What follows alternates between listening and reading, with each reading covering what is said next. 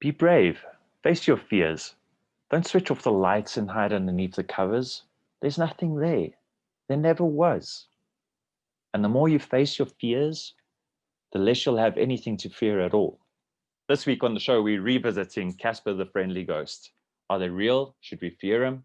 To answer these questions, we have the return of our very own Ghostbuster, Byron from the Vat. Byron, welcome back to the show, man. Oh, Steph, thanks for having me, bud. Once again, what an awesome experience and a pleasure to be on the show. Sick, dude, sick. So I think I'll start off. We had a little over a week, but more than a week to think about everything that we've said. So for the guys just tuning in, we've had our first discussion about ghosts and if they are real, and now we are continuing with that.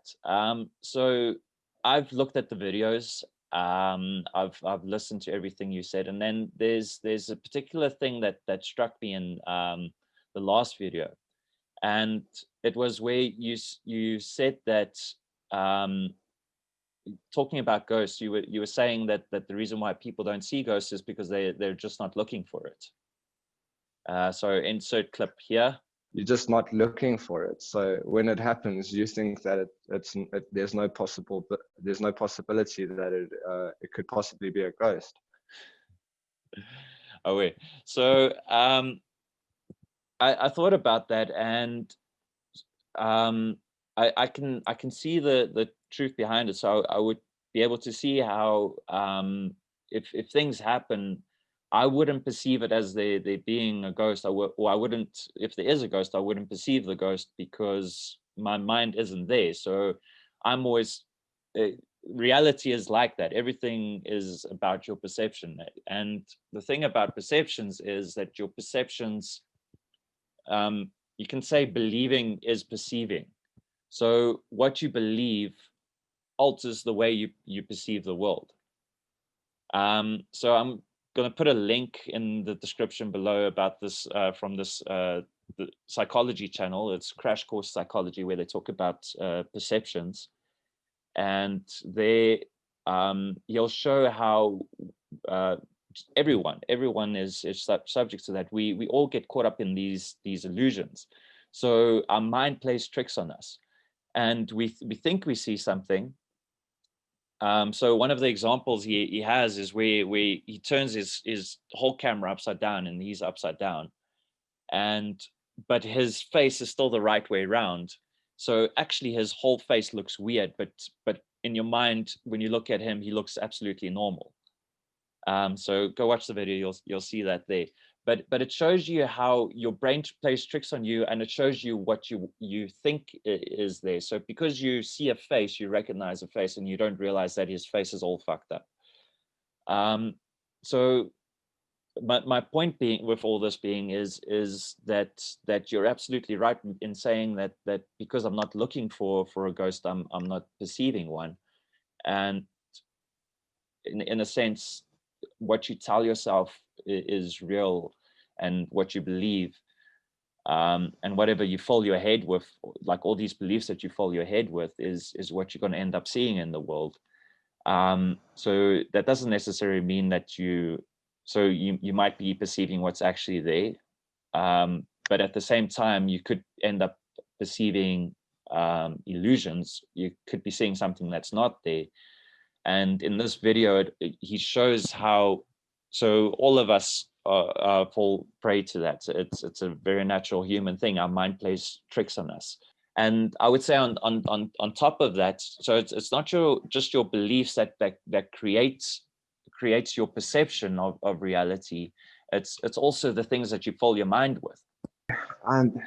Okay, so what I can say to that basically is, so my first experience I ever had, I was probably 9 or 8 years old. I had literally no belief of ghosts or no acknowledgements of ghosts at all throughout my entire life. And I would bath, and we lived in a house that was pretty like active, you know. And I'd bath, and someone would knock on the door, and no one in my family would be home. and this would happen. You know, I'd pass in late afternoon and someone would knock on the door. Then I would just freak out, like as a child. And that was when I first started noticing things. And I would think like, oh no, it must just be like a noise in the house or a creaky old door. And then it would carry on, and I'd start hearing like voices throughout the house. And that was just something that happened to me. And that was when I didn't believe at all. I used to just completely pass it over. Also, when I was a child, my mom used to tell me when she was putting me to bed, I would tell her about the old people that are floating above me, telling me what to do. Like as a child, she'd tell me this, and they say that kids are more open to things like this. I don't know I don't know if there's a science behind it. I don't know much about science. Yeah. But this used to happen to me as a child, and I could never explain how that could happen if I had no acknowledgements of ghosts. And then you look at a lot of people that don't acknowledge it, and they have experiences that they can't explain. They see dead relatives. There's so many cases where people don't have belief in it. Obviously they've heard of it once or twice, but they don't believe in it, and then it happens, and then they're completely shook. I mean, there's countless stories on the internet about it. So just finishing off what I was saying. So this obviously doesn't apply to you in this case then, but and I think with a lot of people is what they do is they watch a lot of horror movies. They fill their heads with all these beliefs, and like I specifically don't watch horror movies or anything like that because I don't want to fill my head with all those images. And then I wouldn't be surprised if you see random shit like that in your environment, or if you think you see something like that, if your head is full of images like that. Okay, but that now obviously doesn't, from what you said now, that doesn't apply to you. But so you said that you're a skeptic in the last video, right, Byron? And I believe you when you say that. Oh yeah, completely, 100%. So I want to take this from a different angle, and so the other way that I've thought about this is if a ghost is real, let's try and define it. Let's give it attributes and like, because if it's a real thing, then there must be certain attributes to it. There must be something like some things that we can assign to it and say this is what a ghost is like. And so I would say that it needs to be made up of something. It needs to be, it can't just be nothing that manifests as something.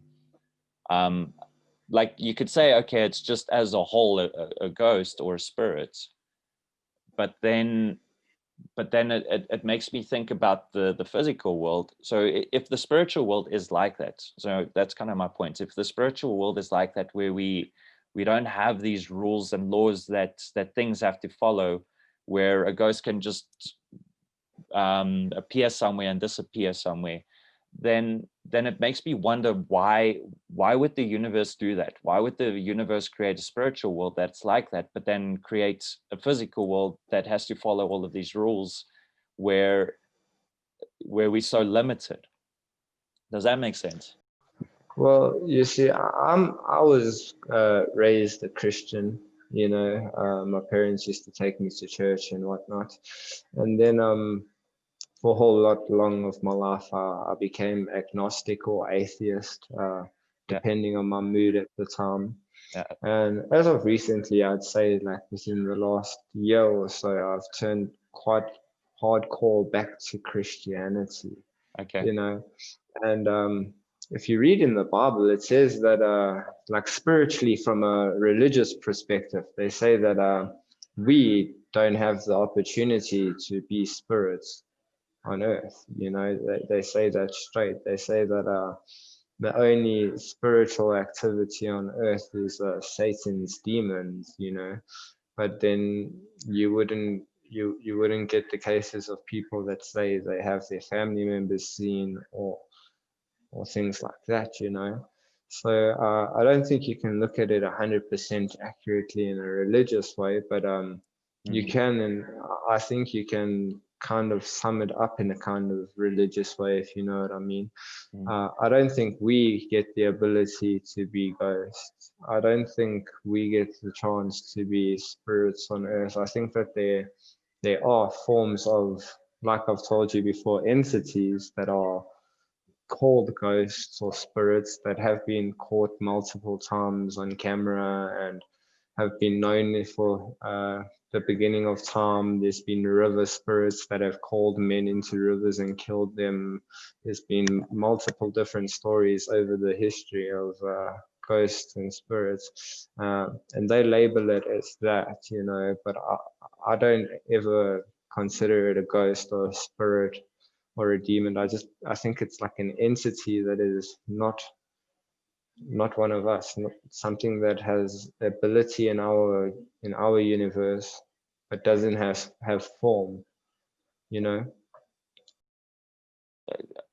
Another thought that I had, so I'm just sharing my thoughts on it, is so do you think these entities are capable of seeing and hearing?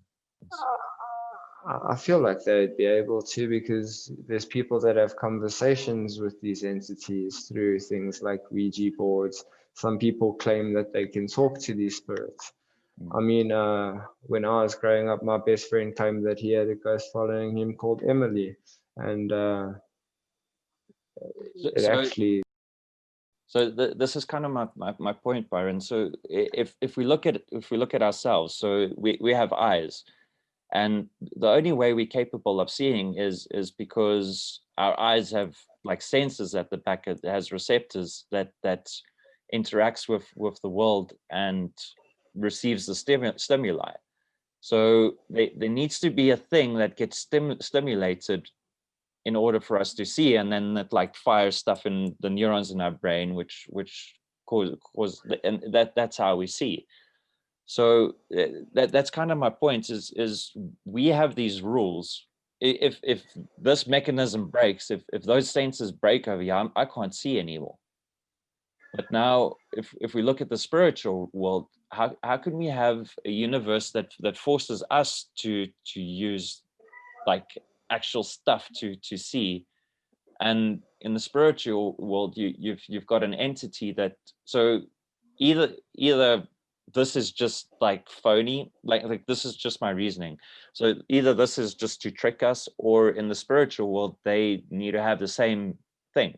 So they need to also have some kind of things that get stimulated. It needs to have some kind of sensor, which means that entity also needs to be made up of stuff. And how are the limitations on those things different to our limitations? So I'm just thinking out loud that like this is just the thoughts that I about that. So you know, recently scientists have come out, and quite a few scientists have come out now in 2020, and they've said that there's actually a very high chance that there's multiple parallel universes. Yeah. Quite a lot of them have come out and said that there's a very big chance of multiple universes or parallel universes. And if you look at it, and if scientists was, I don't believe a lot of things scientists say. I mean, they said we were going to die in 2012, and we didn't. They've told us for years that we've got 1 year left before the Earth melts and we all suffocate in water, but it hasn't happened yet. And so there's a lot of things scientists say that I don't believe. But when a scientist says that they have found almost a proof of a parallel universe, then if you look at that in its own aspect, that universe itself could be a spiritual universe. It could be a completely different universe to ours. It could be someone from that universe that has ability in ours, yet an entity. We don't know what it is, we don't know who it is, but it has ability. People have heard them, seen them, they've been hurt by them. But that's all stories that you have to go off of what people say. I mean, we don't have physical evidence of what anyone says. I mean, there are videos that you can go look up where there's stuff moved throughout rooms, but obviously that can be broken down into just being pulled strings or wind in some circumstances. But there's also some videos that you'll look at and there'll be physically no explanation whatsoever. And those are the ones that I think are the ones that are lucky to be caught on camera, that are real incidents with entities that are manipulating our universe. Mhm. And if you look at it, it could be anything. It really could. That's why I don't like to call it a ghost or a spirit. It could be anything. And what you're saying now, I completely agree with you. Okay, partially, because I would have to look at what the scientists said and why they say that they think there's a multiverse. From my knowledge, Yeah, but from my knowledge, I don't agree with that. But that's a completely different topic. Staying on topic, say there was a multiverse. So I can't claim. I'm not too sure that there isn't. So maybe if there is, but then I like your reasoning right now, and I definitely agree with that. So I can picture that there are these beings from a different universe that is in close proximity to ours, or like in a slightly different dimension to ours, that are influencing our dimension, if you want to call it that, or our universe. Just to that, I would then say that I would think that those entities must follow laws as well, and must follow these physical rules as well. So there, I wouldn't think that it's some kind of supernatural being. It's just a different form of physical beings that are interacting with ours. but this is where I agree with you as well, 100%. That's where I say it's an entity. Yeah. We don't know what it Yeah, is. no, And I love the way you put that. That it's not a spirit or a ghost or anything. It's just the entity. yeah, I like that. Yeah. 100%. And in their universe, they are obviously physical. They also have a set of boundaries that they have to follow. So do we. We only use 10% of our brains, and maybe in their universe they're using 50, and that's why they have the ability to knock around a few things in ours sometimes. Maybe they're just human beings that are more advanced than us, or something like that. Uh, You know? 100%, it very well could be. Yeah. Yeah. Um. Yeah, Carry on. Yeah. yeah. I've also thought to myself a few times that if you think about something hard enough in your head, because they say we only use 10% of our brains, then maybe you are accessing another percent of your brain because you want to see something so desired that you yourself could be manipulating an object, but then you'd think that you'd be able to control that ability all the time. This is also something I've thought of. Mm. Maybe they're on coast, maybe it's you yourself just being psychoactive. Yeah, yeah. It's like I said in the last video. It's like you could assign it to ghosts or spirits or anything like that, but there's a bunch of other explanations of what it could be, and that is a very good one. Like a possibility that it could be that you're influencing the environments around you yourself. I like that. Yeah. No, and that's why I've said multiple times I don't like calling them ghosts or spirits. I don't like looking at it in a Mm. too religious way or in a too scientific way. But there's many explanations to very different things in the world, and possibly all the ghost stories are just another person in a different universe with a higher ability. And people will obviously call that a ghost because that's what they'll label to in their minds. Mm. I think entity is a better word completely for it. Mm-hmm.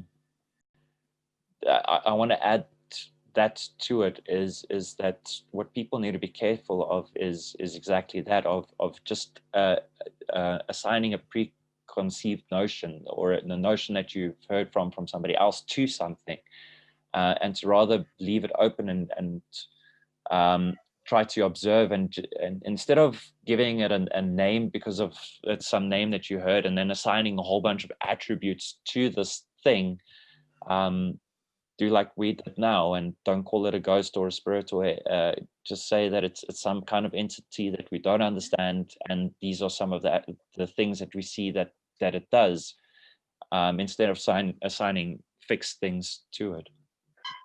Yes, and then go look into everybody's different theories on what things could be. Yeah, Go exactly. look into what all the different scientists are saying. Go look into what all the different religious nuts are saying. Yeah, Go exactly. look into what the atheists are saying, the Satanists, the Muslims, the Hindus. Go learn a little bit from everyone and make your decision out of it, because the second you do that and you know what everyone's doing and you found what you think is and you know what everyone's input is, then you'll obviously have the right thing, because you yourself have gone through the effort of knowing what everybody thinks on the matter. Instead of only taking one perspective on it and then thinking you have the answer because you just saw that. Yeah, man. An analogy that I thought of for that is, if you have a house and there's a guy standing on the front end of the house looking at the house, he'll see that it's a 1-story house, but that house is on a hill, and then the second person is looking at the house from the other side, and he sees 2 stories because he sees the bottom floor. So now that person's got more of a perspective than the first person. But then if you go inside the house, there's a basin, and downstairs there's a third person in the basin that's got another perspective on the house. So you see how you can look at one house from 3 different perspectives and then think it's 1 floor, 2 floors, or 3 floors. And yeah, if you take all the different perspectives into consideration, then you it doesn't mean you'll get the right answer, but you're much more likely. but you'll build the fullest conclusion to what there is for an answer. Exactly. Yeah. No, that's how you change the mentality, Steph. That's Exactly. how you do it, man. Exactly. And you teach people how to think for themselves. Exactly. Yeah. So Yeah. like that's exactly the point of my channel. That's why I want to have these discussions, is because I don't want to tell people what the answers are. I just want them to think deeper about finding the conclusion to what the answers are. Byron, Yeah. I think right in the beginning of our discussion in the previous video, I'm going to leave a card over here. You can go check that out. But right in the beginning, what I said was that if we do this in the right way, and we have this as a proper discussion, we're open to listening to each other properly, we will I will change my mind and I will agree with you, or you will change your mind and you will agree with me, or both of us will see a third perspective that is closer to the truth than what we had before. And I feel like we've accomplished that. Yeah, number 3 is the one we hit, I believe. Yeah, that is it is the number 3. Yeah, very, very, very, very cool, man. Yeah, awesome stuff.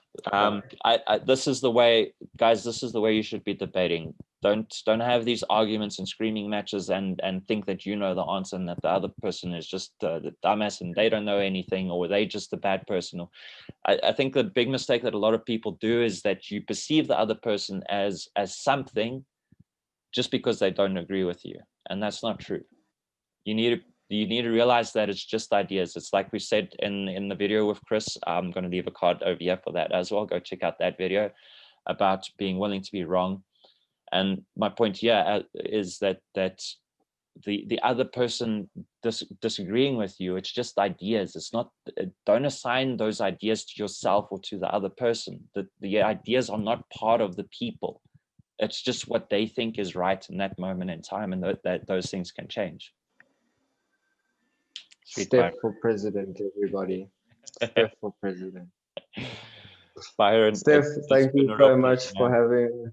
Yeah, thank you so much for having me on the show again. I can't wait to do the debate about afterlife and to see what your perspective is on that. You know, can't wait for you to see what mine is. Yeah. Hopefully, we'll get to a better perspective and not fear for the rest of our lives what it's going to be. And Yeah. it's an important topic. So guys, watch out for that. We're going to be doing a video on the afterlife. Subscribe and like the channel just to make sure you don't miss that video. But I think that's going to be another really awesome discussion. Okay, Steph, I just want to say once again, thank you so much for having me on your channel. Thank you so much for letting me share my opinion with you and for you sharing yours with me. And continue what you're doing. You are going to get far. Keep changing people's mentality. And one day we'll have a human race of completely independent, awesome, independent thinking people. I really hope so, Byron. Thanks, man. Yeah, Appreciate so it. do I, man. Appreciate it. So there you have it, guys. The right way to go about a debate and reach a conclusion. You might not agree with our conclusion that we came up to. Leave a comment in the comment section below if you don't. But it's more about the methodology, about how we go about discussing things and trying to see the other person's perspective and trying to learn from each other. And I really believe if everyone did this more in the world, that we would reach more of an agreement about everything and have a lot more harmony in the world and understand more about our world. If you'd like to be a guest on our show, please leave a comment with the topic that you would like to talk about in the comment section below, followed by hashtag change the mentality. Remember to like this video and to subscribe to my channel to see more videos like this. Yeah, thanks guys. See you next week. Damn you, camera. It's insane. You've got a very interesting lot of things behind you on your shelf. Yeah, dude, I set it up very nice. Cool for YouTube vlogging. You know, it's all intentional. Like I specifically placed everything where it is. and then where that tripod is, there's gonna be a platinum YouTube plaque one day. Hopefully, dude. Yeah, exactly. Yeah, you see it. That's exactly the vision, dude. And this photograph over here, that's I found that in the house that we moved into. So it was an old couple that like moved out, and they left a photo album there. So I'd like page through the photo album. It's all these old photos. That's cool. Yeah, and the person that took the photos. So there's one photo that says me underneath it. So I know who the photographer it is. It's like the lady when she was young. But that's even cool. But she's fucking good, dude. Like the photos are so dope. Yeah, they such good photos. You know, like I researched a lot about photography last year, so like I know now that it's like really fucking good. Yeah, my dad also did when he was young. He loved photography like big time. And when I was growing up, he tried to get me into it, and I didn't really catch photography. I was more into like music and stuff. Oh yeah.